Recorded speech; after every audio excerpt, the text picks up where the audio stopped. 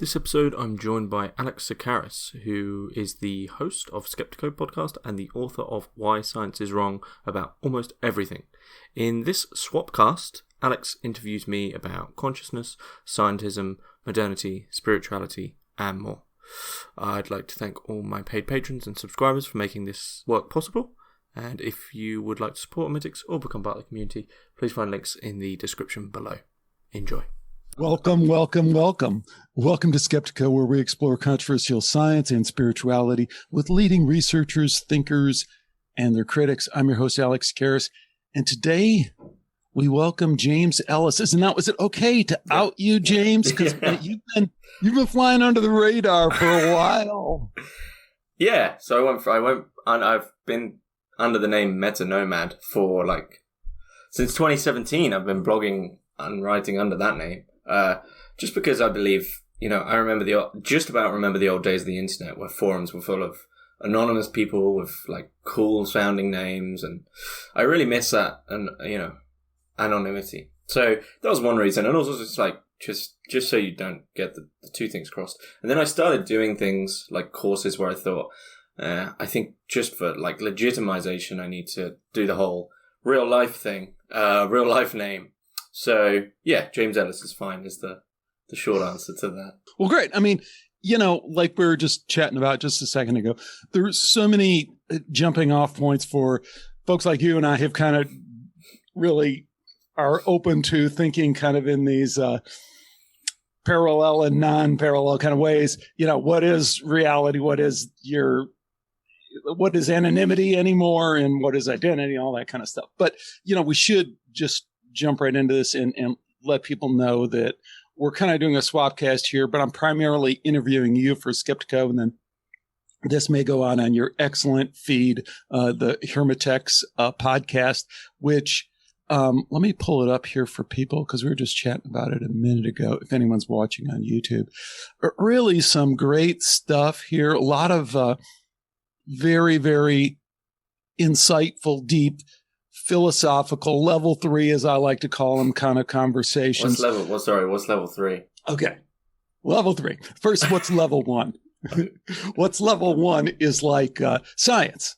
Okay. So science is level 1. Is there science, And that's one of the survey questions we're going to go over. And what is the meaning of science? Is science obsoleted by consciousness, an understanding of consciousness, that consciousness is fundamental, and that maybe idealism is a better way of thinking about what we experience than is scientific materialism. So that's kind of level 1. And then level 2 is conspiracy, really, which is if you get there and you say, wow, it's really an absurd idea to think that consciousness is an illusion, that it doesn't exist. I mean, it's an absurd philosophical idea. It's also an absurd scientific idea because it's been falsified.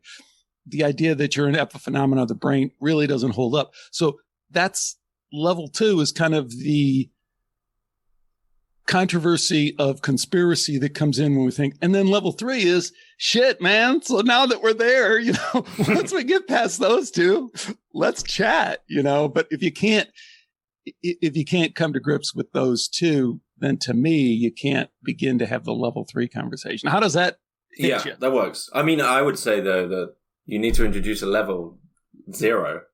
Not the 0 I talk of a lot, but level 0 for what the people online call normies. Because I don't think most people are operating on the level of level 1. I'm not saying I'm above them. There's nothing wrong with just living your life and getting on with it. But in terms of everyday conversation where people are saying things like, how are you, how was your weekend? Those dead statements, that needs to be level 0, where there's just no content. And I try to actually veer away from them because I actually find it just an actual waste of time. Well, first of all, my orientation on this stuff, which I don't know why, but it is the nature of the show, is, Skeptico, inquiry to perpetuate doubt. I'm always thinking, and it must be annoying to other people sometimes, but I'm always thinking to the counter of that, which on one hand, I totally, totally agree with that. And I think you make a great point. And I think the way you characterize it is level 0.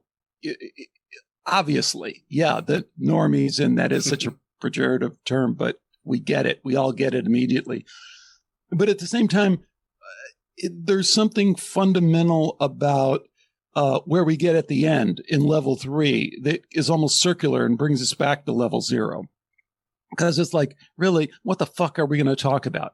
We might as well talk about football, and we might as well talk about the weather, because having suppose that we can have some deep, and really solve these answers to these questions in any other way than just kind of intellectually, just kind of stimulating ourselves.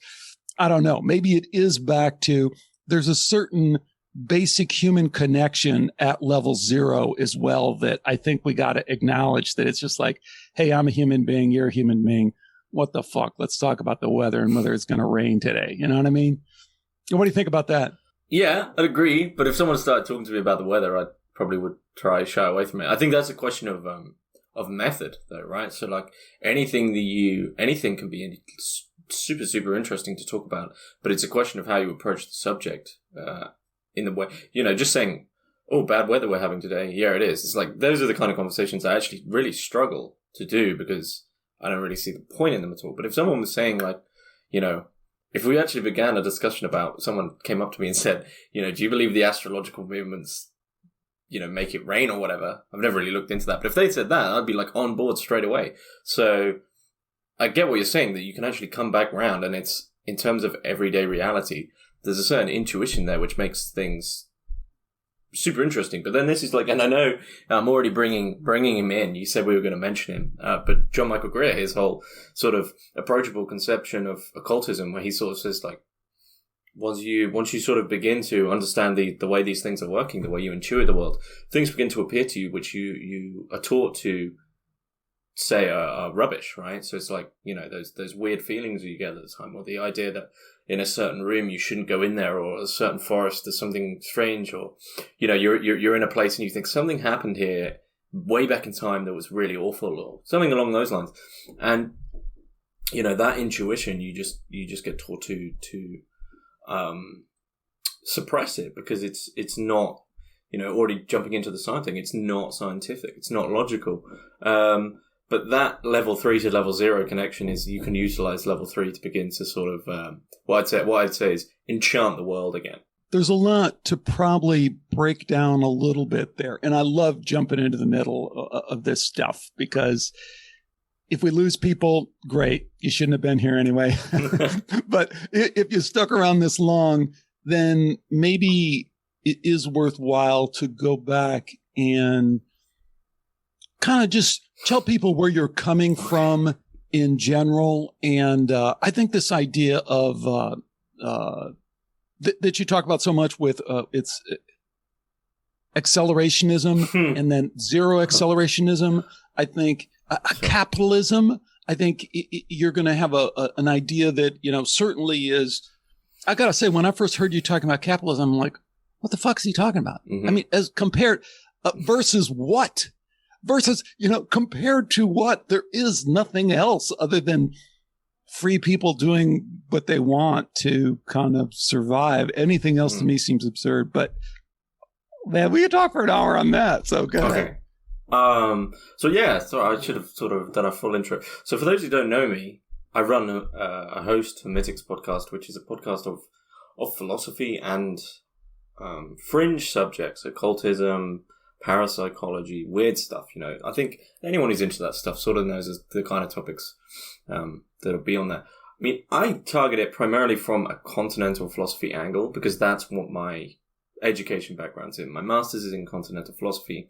When I was studying continental philosophy, my tutors were great. They were great people. They taught everything that was on our curriculum. They taught well. So this isn't really anything against them at all. I still speak to them, and I've had one of them on the show.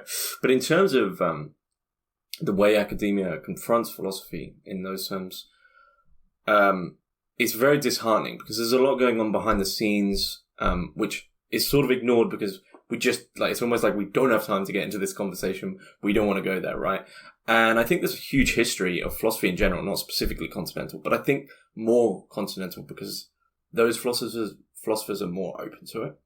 So one example I'll give, just to sort of cut to the chase on this, is that Schopenhauer, who, super serious philosopher in the canon of Western philosophy, the will to life, we're all stuck between suffering and boredom, but also incorporated all this Eastern stuff. Now, the Eastern stuff is accepted because it's compatible into his system.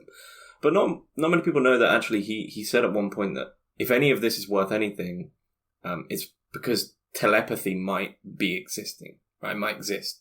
So he's sort of taking these things seriously. And as soon as philosophers begin, and when we say these things, let's make sure, because Schopenhauer is one of those guys who kind of crosses over, right? So a lot of people in the kind of consciousness interested kind of folks reference him, but then a lot of people kind of in the philosophy fields reference him as well. So what is he getting at in terms of what's he getting at in terms of consciousness, since that's a topic that I'm super interested in?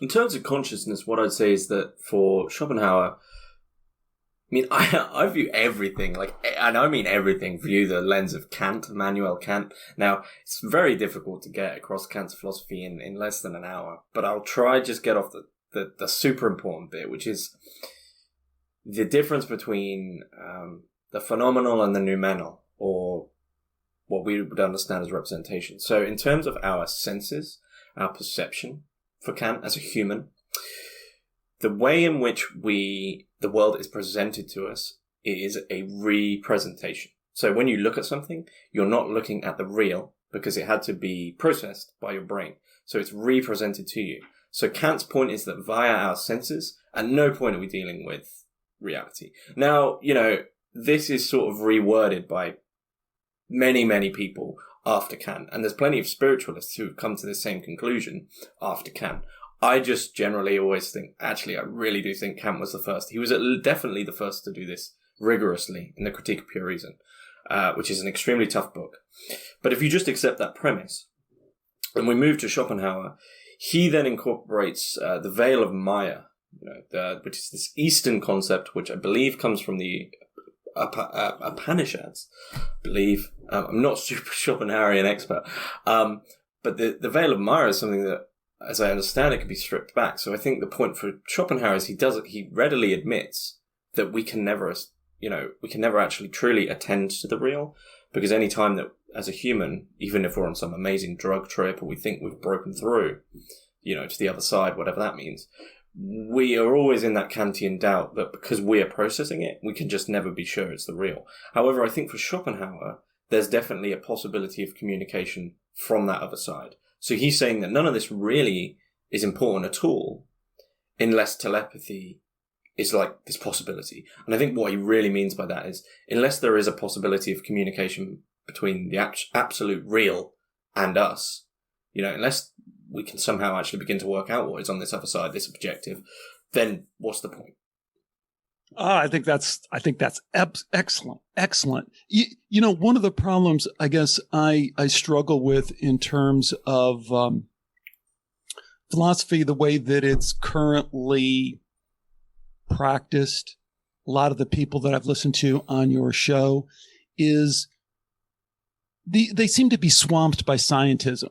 Mm-hmm. So what you just described is really just kind of a reworking of kind of yogic, Vedic kind of philosophy, reinterpreted in this Western philosophical way, which always to me is interesting on one hand, and it's on the other side, like, go reference your sources on that, a little bit, because the way that it seems to be swamped is that the fundamental question seems to be the scientific question of consciousness. And that's why I always start with the absurdity of the claim that we live in today in terms of, and we'll get back to John Michael Gear, because I think it circles back in a way, and that's that, okay, we live in a science-centered culture, a really scientism-centered culture, and the idea that consciousness is an illusion, that you are an epiphenomenon of your brain, is central to that in a way that philosophers haven't processed. And in a lot of times they're just kind of following along blindly and making a lot of building on that in ways that they don't even understand, to go back and question, well, the basic who am I, why am I here kind of nature of consciousness questions. So let's turn that into a question, because we did this fun survey thing, and I'm really glad that we had a good time doing it and looking at each other's answers there. What is consciousness? Is consciousness fundamental? Is consciousness an epiphenomenon of the brain? Can you expand on what you mean by epiphenomena of the brain? Just so I know, we're on, like, I'm coming at it at the right angle. I mean, I'm sure you are, but, just for benefit of people, because I always emphasize this point over and over. People get tired. I say the same shit over and over again. But like, if you walk into, what university did you go to there? Staffordshire. So if you go there and you go in the neuroscience department, mm-hmm. they'll tell you exactly what consciousness is. And they'll pull out all their machines and they'll measure it and they'll say, here it is. It's in your brain. Mm. So consciousness is 100% a product of brain chemistry, brain electrical activity. It's in your brain, man. There ain't nothing else outside of that.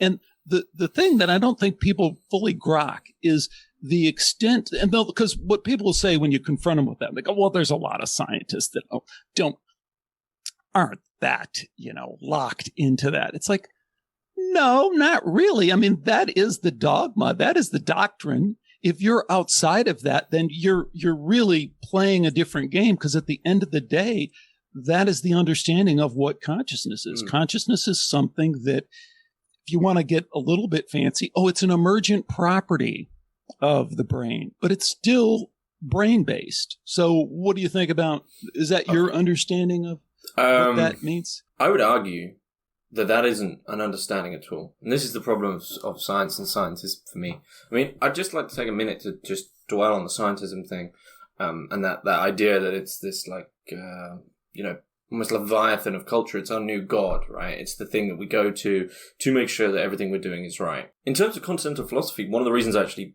wanted to study is because one of its sort of cornerstones, which is why it's split from analytic, is that it has this inherent distrust of science and scientism as this overarching way to explain the world, right? Because how you outlined the phenomenon, consciousness is the phenomenon of the brain, is the same problem that I run into with science all the time, which is, this idea of going into the neuroscience department and they say, X, Y, and Z, this is consciousness, or consciousness is in the brain, or it's an emergent property. Okay, what the hell does that mean? Well, it's an emergent property.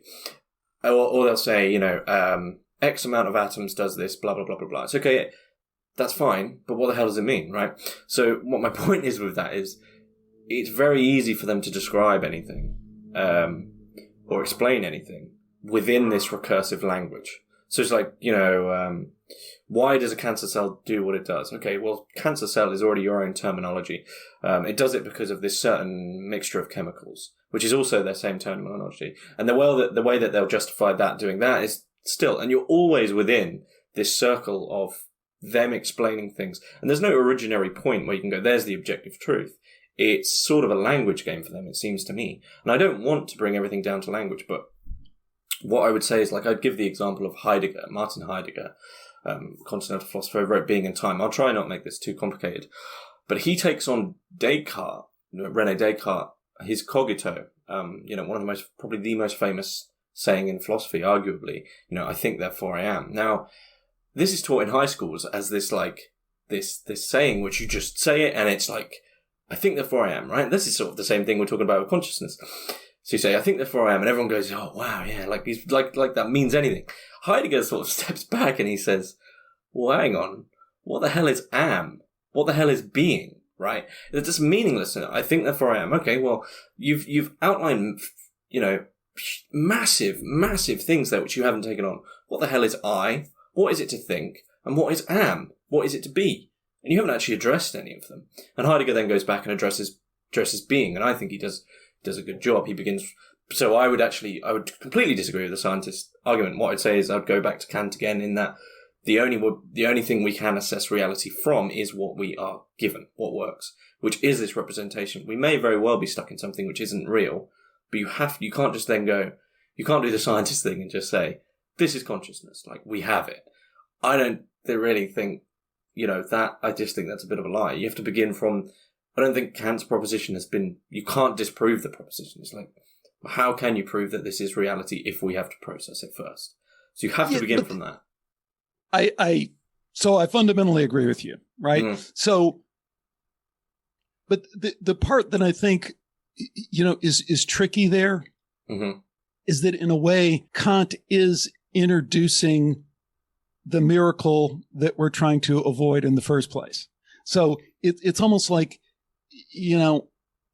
we are fundamentally this experience. That's all we know. Right.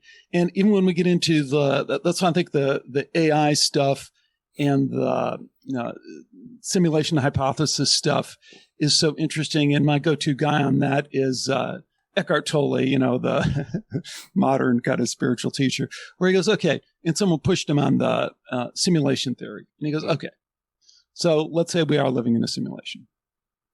You're still there. You're still the one experiencing that. So your experience is all you can know without invoking miracles. So to a certain extent, the problem I have with Kant is it's, in a way, to me, it's backdoor materialism, because it's saying, okay, you do have this brain, you do have these senses, you are interpreting the outside world as it comes in. So, therefore you're one step away from your experience.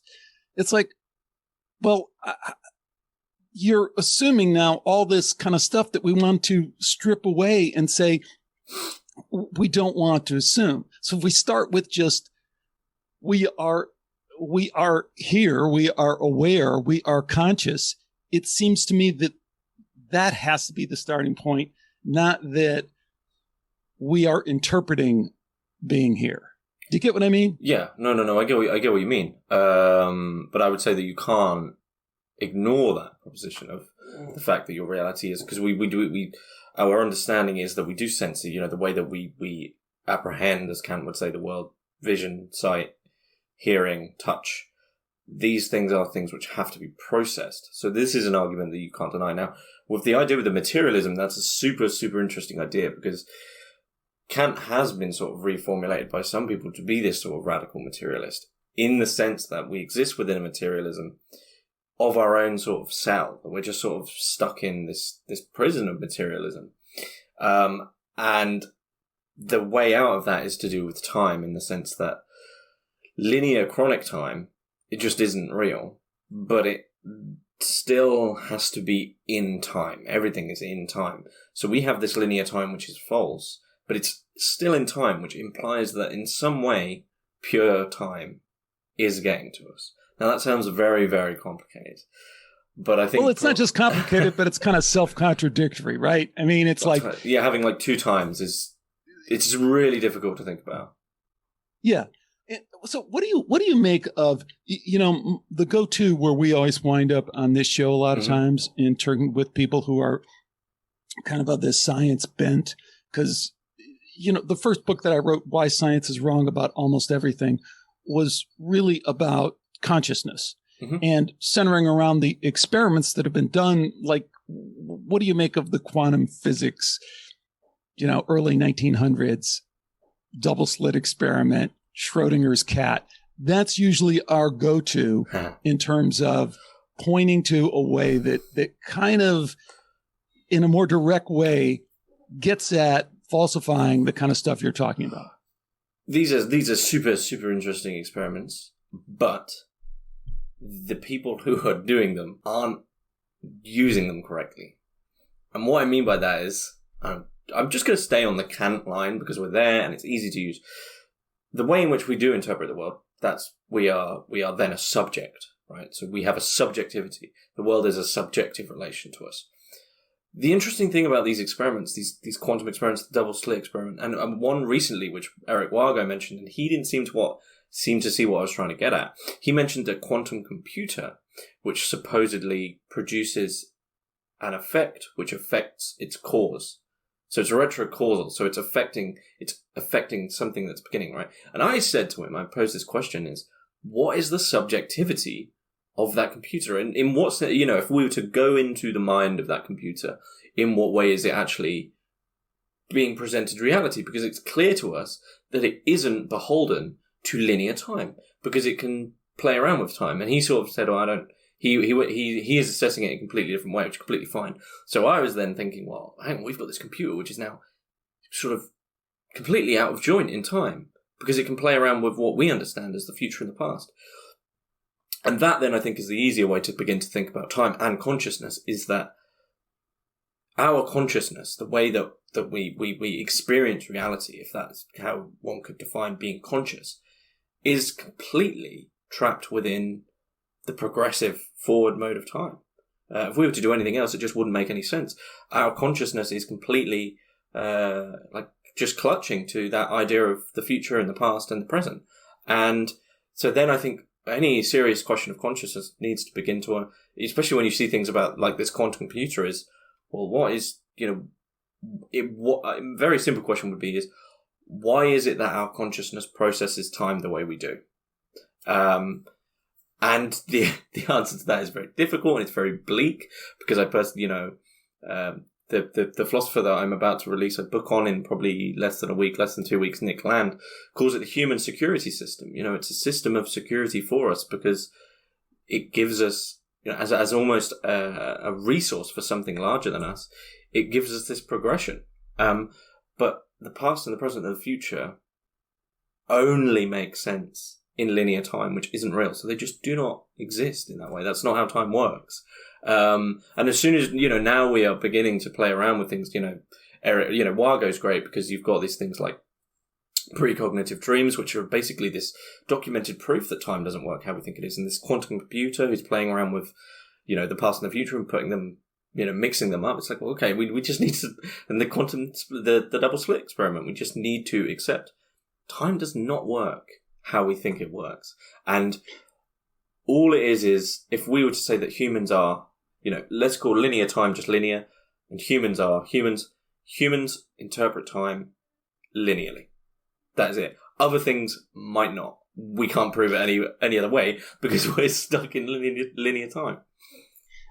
Man, again, one, I don't know if anyone's going to be able to follow this conversation. Or number two, if there, how many people are interested in it. I've had this. I've spoken about this stuff so much, the time stuff, and I will admit, every time I try to think, how can I make this simpler? How can I make this simpler? And it's right there. So it's something your brain really, really struggles with, and I think that's actually built in to linear time. Is that As soon as you start thinking the future isn't a thing, but because we're stuck in it, you just cannot comprehend it. Totally, but there's so many tricky points to that. So are you familiar with the work of Dean Radin and his presentiment experiments? I've heard of Dean Radin, but I haven't read anything of his, unfortunately. Yeah, you'd be really interested, because he's a parapsychologist, right? Mm-hmm. So with these guys were on this thing kind of from the beginning, just kind of taking it from another angle. And Radin came up with a great experiment, and he's super smart guy, PhD, Bell Labs, University of Illinois, all this kind of stuff. But now at the IONS Institute. So he said, look, I'm going to take an old tried and true freshman psychology experiment, sit you down in front of a computer screen, and then show you images, some of them really horrific, some of them, bunnies in a prairie kind of thing. Mm-hmm. And I am going to measure, and this is the presentiment versus precognition, I'm going to measure your physiological response to those. Mm-hmm. So these have been done for a long, long time, these college freshmen. He said, let's look at that data more carefully. And what he found was a response before the image is presented. Actually, before the image is even selected by the computer. Mm-hmm. So, boom. So now we're instantly, precognition, presentiment, time is blown out of the water. Mm-hmm. The experiment is replicated over and over again in his lab. at this point, it's been one of the most replicated experiments going, because he's really driven that home. 7 labs across the world, over 50 times, 6 sigma kind of result, from science, statistics. It's over the top in terms of repeatable. And it does totally blow away this idea of linear time, as you're talking about. But the interesting thing about that to me, there's a couple of points. One, we're still limited, like in the languages you said our consciousness, right? So even that is a question. Is it our consciousness? Are we in consciousness, or are we separate from consciousness? And some philosophers, and Dr. Bernardo Kastrup is one of our go-to guys here. I think he makes a strong case that idealism is a better way of understanding this, and that we are in consciousness in some way we can't fully understand. And the other thing I think that supports that from a data standpoint is we have all these extended consciousness experiences that we have to deal with, near-death experience science. Near-death experience science, you're mentioning hallucinogenic kind of experiences, all those things. ET experiences, one characteristic they all have is they seem to bounce us outside of space and time, right? So what you'll hear from a near-death experience person is, I was there for a week, I came back, I had been clinically dead for 7 minutes. Mm-hmm. So there's this kind of... I've had one of these experiences. I haven't had a near-death experience, but I had one of those sort of weird temporal experiences when I was younger. We used to play this game when we were kids. It's probably a very British thing. I don't know if they do it anymore. When you can get your elbow around someone's neck, and if you get the two, I don't know what it is, they'll pass out. And we used to do that when we were drunk, which is a bad idea. Don't condone it. But you do silly things with your kids. Anyway, I vividly remember this. I got knocked out, and my memory then was to walk from my house to my friend's house where I was, which was a 30-minute walk. And that's all I did when I was knocked out, was do this walk. And then when I got to the kitchen in the house, I laid down in the position and woke up. But I was 100%... But then when I woke up, I was like, oh, God, I'm so sorry. I was apologizing because I thought they'd be worried because I was passed out for like 30 minutes. And they were like, what do you mean? What do you mean? And I said, I've been gone ages. And they said, no, 5 seconds. And that was my first time where I said, okay, time does not work.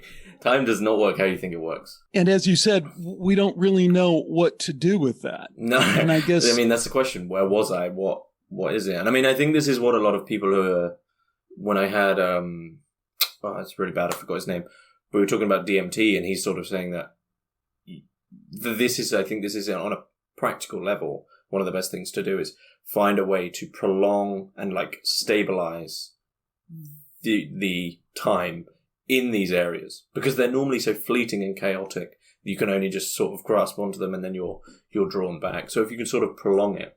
But I think there's another question there as to why is it that our brain or consciousness disallows us to retain what it was we learned in that other time, right? So most people who've done acid say they really can't remember anything of it, but something is retained because they learned something from it. So there's a question of memory and retention, is that, in terms of senses, you just can't remember anything. It's like a protection. But then other people, report their OCD's suddenly gone, or they don't want to smoke cigarettes anymore. So something has been retained. So I think there's something interesting there happening. Are you familiar with the near-death experience science, the work that's been done there? No, I'm not. There's some of it that, again, just kind of swapping stories now, that I think you'd find interesting along these lines that we're talking about. And the one particularly jumps to mind, I use it all the time, but it's from a British researcher, PhD in nursing. Her name is Dr. Penny Sartori, and she worked in the critical care unit of a hospital for a long time and came up with a rather novel experiment that's been replicated since, where she went to people in the cardiac arrest ward who had experienced cardiac arrest and had clinically died. And the important thing there is, from this back to this hard problem of consciousness. Consciousness is an emergent property of the brain. Physiologically, after cardiac arrest, we have as good a handle as we're going to get on what goes on. We've studied that for a long time in humans and animals, and we think we understand what's going on. So it could change, but we think we understand. And we don't think your brain is in a state that can create memories or create these kind of radically conscious experiences that people report. So she goes to him and she says, okay, you just died. Tell me what your resuscitation was like. So she's got a group of patients, right? So she has 60 patients. 30 of them have had an NDE. 30 of them didn't have an NDE. She goes to all of them. She goes, tell me what your resuscitation is like. The ones that didn't have an NDE, they're like, lady, what are you talking about? I was dead, right? Nothing, black, nada. I don't know anything. She goes, tell me what you think. Just tell me what you think. They go, okay, well, I think this and this and that, like out of the TV show. Mm-hmm. She goes to the 30 that had a near-death experience, and they are able to recount it exactly. They go, it was crazy. I was shot up and I was on the outside corner of the room, or I was right next to the doctor, or I was 2 feet under, but then I moved above my body. And I saw them wheel in this cart and they put the paddles on me, but the paddles weren't working. And then they were frantic and this. They're going into exact detail of what happened to them during resuscitation. So we can deal with the time part, which also comes into it, because they have all these extraordinary experiences. And like you, they come back and go, it was 5 minutes. It wasn't, what you think it was, like 2 days or whatever. But it also kind of challenges us in terms of even the question of what we are processing in that extended realm and what we can bring back. Because here's a point where people are bringing back very vivid memories, but then they're also at times kind of echoing exactly what you're saying. Mm-hmm. Then they go, because not invariably, but sometimes then people transcend to this other, super extended reality, and they'll say things like, every question before I could even verbalize it in my head or even think about it was answered. Mm-hmm. And I felt like I knew everything. And now I can't tell you. I just tell you that I have this internal knowing, like you said, and my life is like this. And their life isn't always better. Also, they have integration problems, much higher rate of divorce, much higher rate of physical problems a lot of times. So there's the people who've really studied the near-death experience and the after effects of it. It does provide an interesting lens, but it's not easily kind of chopped and parsed. And what do you think of that? And then we'll talk more about that. It's tough. I mean, I'm always going to assess consciousness from what we can use, because otherwise, and I don't think that's a scientific thing. I think that's a practical thing. So, I mean, this is like going back to Heidegger. I think just to give one example of the way I would begin to assess it is saying things such as like between physiology and consciousness. I think these are sort of unhelpful because there are already these conceptions that are made up bias to explain something else external to us. So it's like we can sort of buy into our own bias. And I think Heidegger is one of the few philosophers who really, really, really strives to make sure that he is not falling back upon his own biases. And beginning from the absolute base of being, he's then defines man as Dasein, which is just there is, or basically sort of. It's bad. I just can't remember it. I spoke about it just the other day. But the primary point to remember of Dasein is that Heidegger begins by saying, okay, well, one thing that is primary to us, which is super, super important about, you could say being or you could say consciousness, is we are beings which investigate our own being. That is sort of his starting point, is we do know this because we are already, what we're doing when we're doing this is assessing it. So what does that, tell us about things? And I think to begin from there, and I think my problem with it, and the reason I probably haven't read a lot of the consciousness literature, is that I think it just does seem to me that so many people have had these experiences where they've gone elsewhere or done this or this or this.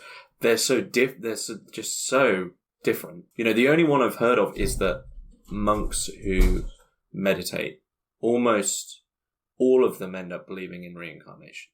And I think we need to pay attention to when there is a pattern.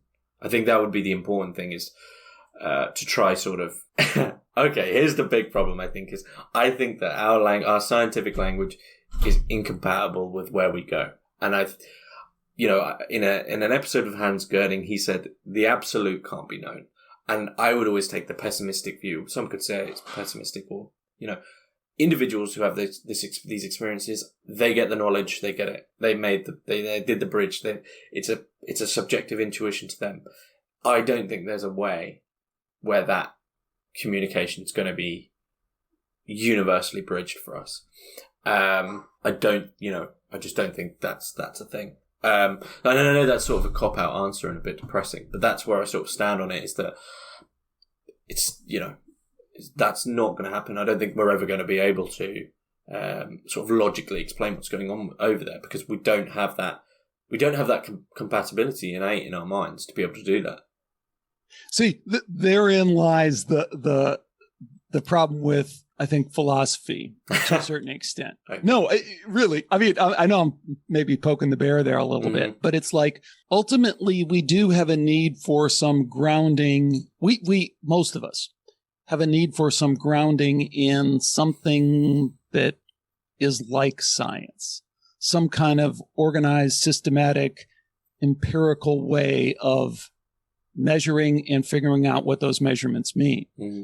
So I think we like the idea that we can collect 1,000 or 2,000, like Dr. Jeffrey Long has, near-death experiences, and then catalog them and understand them and say 96% of people that come back from a near-death experience no longer fear dying, versus in the general population, it's one of the most pronounced fears they have.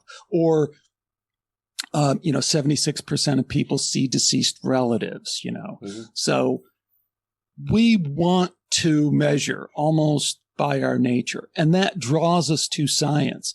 So when the philosopher comes along and says, there's a certain denial of that in a way that I think is hard to take, because we do want to measure, even if we understand the inadequacies of it. What do you think about that, James? I mean, I would say that there is philosophers who have actually tackled this problem. Henri Bergson specifically is a philosopher of specifics. He always wanted to make sure that we were being very correct about our assessments. And this is one of the things I think Hermitix, my podcast, is trying to bridge, is that these things are ignored and they're drawn back into this sort of suppressive language of philosophy, where you do need a more holistic approach. The combination between these things is where it begins to get interesting, because if you remain just in the, like the consciousness sphere, I think they get a bit caught up, and it's like, well, for instance, Jung is, I find Jung so fascinating, because that mixture between occultism and someone who's, really understands the human psyche is, far more, dare I say it, progressive in terms of if someone truly wants to, heal themselves, let's say. If you want to heal yourself and you're just stuck within the language of psychology, well, then you're also stuck with, the cures that they offer, which aren't very good, because you're only remaining in sort of one sphere of existence, and what might be happening to you might be happening on a far greater level. So I think that that's why. But in terms of sort of tackling head on why philosophy is sort of stuck, I can't do that. No, and it's not fair to maybe I was, but wait, I got to poke you one more time before I let you go here, and poke it twice actually. Okay. But with John Michael Greer, fascinating guy, and you guys, and I don't want to say you guys, but people like him, I so admire in so many ways, and he has taken this whole dialogue about the myth of progress and advanced it in a way that kind of brings an undeniable reality to the situation that level zero kind of person you're talking about just needs to have it jammed in their face, I guess I feel. And maybe that's what you were saying at the beginning, is you just want to go and go, bullshit. I mean, you're just not looking at some of the basic real data that we have on that. And that's what I think, to your credit and to, some of the folks you have on the show. But here's the rub with that. John Michael Greer believes some stuff about global warming that isn't verifiable scientifically. And worse yet, back to my level 2 conspiracy thing, seems to have been tainted by forces that want to push that narrative in another way. So like when Al Gore 25 years ago stood on that kind of thing where he was in the movie and he raised up and he had a little pointer and he said, this is where temperatures are and this is where CO2 is going and look out. Well, you don't even have to be, you can be a level 0 kind of person and go, Al, we're 25 years on. The oceans have not risen, which is the only measure we ever have to look at. I mean, where you live, they've measured the tidal rise and the level of the ocean for hundreds of years. It's not that complicated to do. It hasn't risen. They go back and they can look at the ice caps and the ice core things that they do. They can go back and look hundreds of thousands of years, and they'll tell you long, steady sea levels for a long time, but then, big changes also. So when John Michael Greer can't get that right, that is a red flag for me. He can't course correct. He can't say, gee, I was wrong about global warming, but here's how I process that now. But the second thing I want him to say is, I was wrong about global warming because I got bullshitted. I got played by a globalist force that wants to advance certain issues that can only be solved globally. And that, whether you like that or not, it is definitely a political kind of thing. And the other side of that is not like good. I'm not saying the fascist kind of nationalist thing is good in any way. I'm just saying, unless we understand those two forces politically and how they're corrupting the data, how they're corrupting our ability to try and understand the data, and that is conspiratorial. And unless we can approach it from a conspiratorial standpoint, we don't have the beginning thing to launch off and make a whole bunch of assumptions about environmentalism and about the myth of progress. We have to then step back and go, okay, what does that really mean if I'm wrong about global warming? And what does that mean about how I was duped about global warming? Part of that you want to latch on? I mean, yeah, specifically with Greer, I'm not sure he's entirely wrong about global warming because he comes at it sort of with the angle of truisry, which is more of a respect for nature as opposed to I really think a lot of the argument, one of my big problems with the climate change argument is that it's just underneath, it's a very selfish argument. It's like ownership of the globe. Like, we need to stop it because it's our Earth. And it's like, well, even if you don't stop it, the Earth keeps going. Whether or not it's true, I'm not going to get into that debate, but let's just play devil's advocate and say that these things are going to happen. It's all going to rise up and temperatures, oceans rise up, etc., etc. We're only doing that for our own benefit. I don't really think it's because we care about the Earth. Because if we cared about the Earth, a lot of the things that we need to do to stop climate change, we would already do. So I think Greer's coming at it more of a, instead of saying the people who would say, oh no, it's fine to cut down the rainforest, but make sure you put up some renewable sources of energy there instead of coal mines. I think Greer is more along the lines of, don't cut down the forest. We don't need to. You're caught up in a consumerist game, which you don't need to do at all. We don't need all this modern tech. So I'd say he's coming at it from that direction. And I guess that's where I'm kind of jumping 3 levels into the conversation. I got to quit saying levels because I'm going to confuse people. But it's like, that is the brilliance of the point that he makes. And I think the way you articulated it was particularly good. And that's the part that I want to go jam in the face of the level 0 people. And I also want to jam the science in their face and say, you think you're driving your Prius and you're saving the Earth, even inside the confines of your own ridiculous the scientific understanding of it, you're not. You're generating more CO2 with your frickin' Prius than you are driving your car. I love the Prius. But the real point behind all that, I think, that isn't exposed by a lot of people who are in the kind of soft sciences, including philosophy, but also including a lot of the other soft sciences, is the point that you made that I'm not going to get into the debate about climate change, which is a psyop in and of itself, right? Because it's really about global warming, and they've managed to kind of change the language, which we all know is a powerful way of kind of controlling. This is one thing. That's one thing I wanted to just put in there before we go further. These are what I call so in linguistic theory. I don't know. I'm a master there. I might get this completely wrong. So maybe a linguist might hear this and go, "God, this guy's a write-off." But in linguistic theory, there's a thing called a free floating signifier. So a signifier is a word, right? You signify something. You say a tree, and we all have an image of a tree in our head. However, you have these things called free floating signifiers, which are basically signifiers which then they're just floating. They mean so much to so many different things to so many different people that they're basically meaningless. Like postmodernism is a great one, or even modernity is getting in there, right? But science is a class. Science right, is exactly what I was going to say. Exactly what I was going to say. Especially with all the corona stuff going on. My point I'm trying to make with this is everything that we're talking about here is really about control and power. Because in the corona, corona is a great example. Because in the news here in the UK, you hear things like my favorite one. They say it every single news cycle without fail. I would actually put all money I have on to say that every single daily news broadcast features it, which is experts.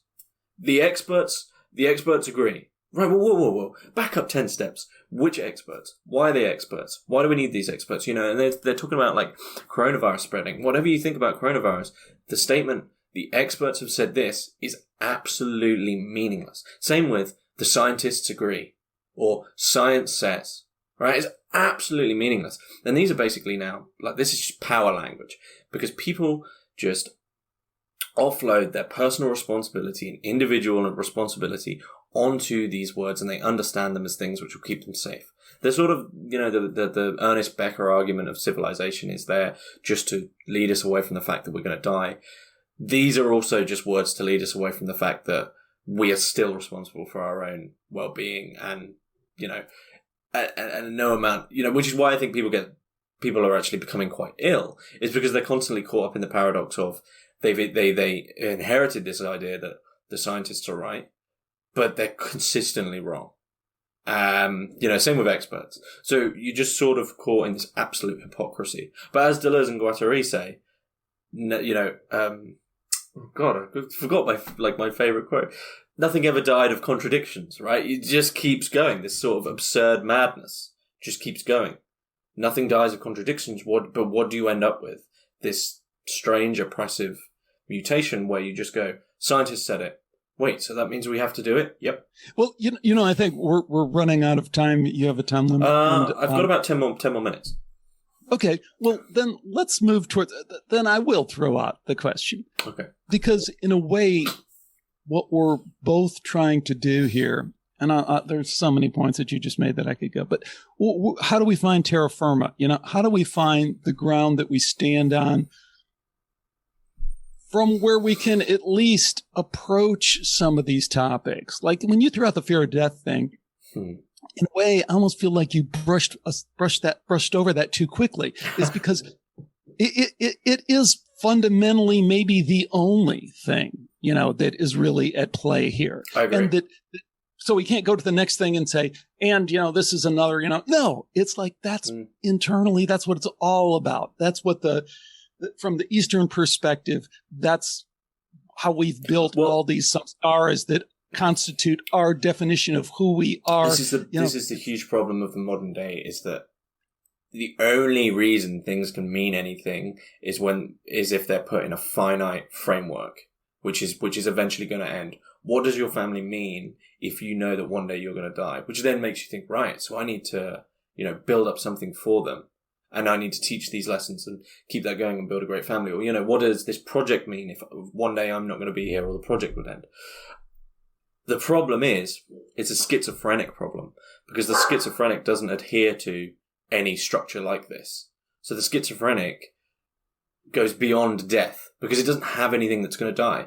And this is the problem of the modern day, is that everything that we're in, all institutions, the media, social media, everything teaches us to live not in the present in the Eastern sense, but in the what I call the nano present, right? Just the smallest iteration of a news cycle. You know, like what we're talking about today, this, right? You've forgotten about, like, I always list things that people have probably, you know, like Brexit.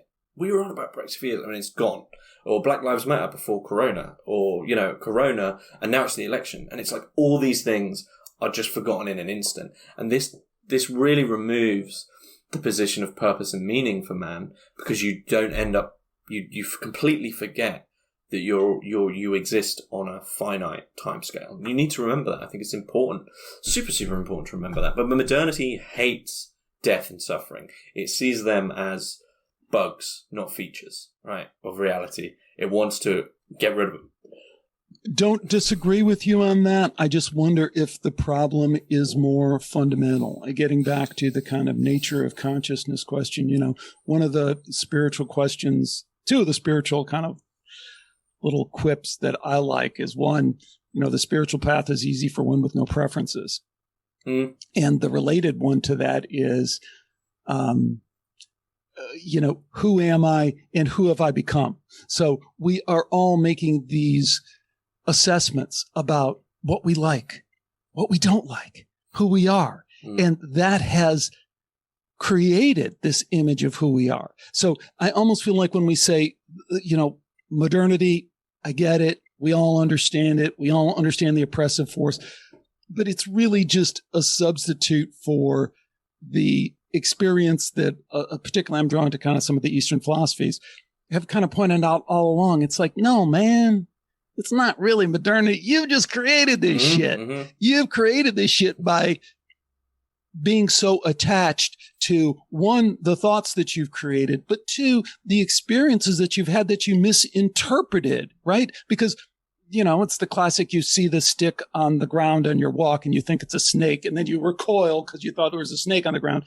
There wasn't a fucking snake there, but you've processed it now as a snake, and you're going to have to unprocess that if there is some getting clean that is desirable at some point, you know. So is the Eastern approach, does it kind of jump over a lot of these perceived problems with modernity and myth of progress kind of issues? I think it does, but I agree with John Michael Greer says that people should only do drugs from their nation, you know, where they're brought up, you know, from their area of the world. So if you're a European, you should just sort of drink alcohol and, you know, etc., etc. I think the same is true of spiritual traditions. And any Westerner who I've met who's really like, oh, I'm really into Buddhism, it's always this sort of tainted Buddhism. And I think that spirituality brushes over all that stuff because they're just different. They are actually quite different.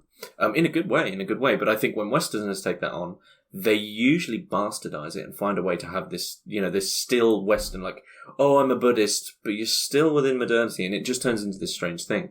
So what I would say is, if, you know, you have a spiritual conclusion in mind in which you're deconstructing modernity, etc., you can do that from the position of the Westerner, and I think you have to do that from the position of the Westerner, because instead of introducing a new language like you are with Buddhism and a new idea, you begin to deconstruct what it is you've built yourself, which I think is more, you know, that's a more productive thing to do, as opposed to just, right, I've got this problem. Instead of deconstructing the problem itself with what I've built, I'll just throw something on top of it. It's like, no. You don't need that other thing. You need to work with it. You need to, you know, why did you build up this idea that you need a mortgage or whatever it is? Why do you, you know, feel like you need the super duper mattress? Why is it, you know, societally weird to sleep on the floor, for instance? You know, why, you know, and begin there. Yeah, I'm sorry, I've got to stop you. I've my time is sort of up, unfortunately, so I have actually got to call it. But I would love to do a part 2. Yes, I'm really sorry, Alex. I'm really sorry. No, that's what we should do. Again, our guest has been James Ellis, the very, very imaginative and deep thinker, host of Hermitix podcast. And let's pull up his blog there that you're going to want to check out, Meta Nomad. So, James, so awesome talking to you. And like I said, let's make this part one of an ongoing dialogue. Super, buddy. Appreciate it. Thank you.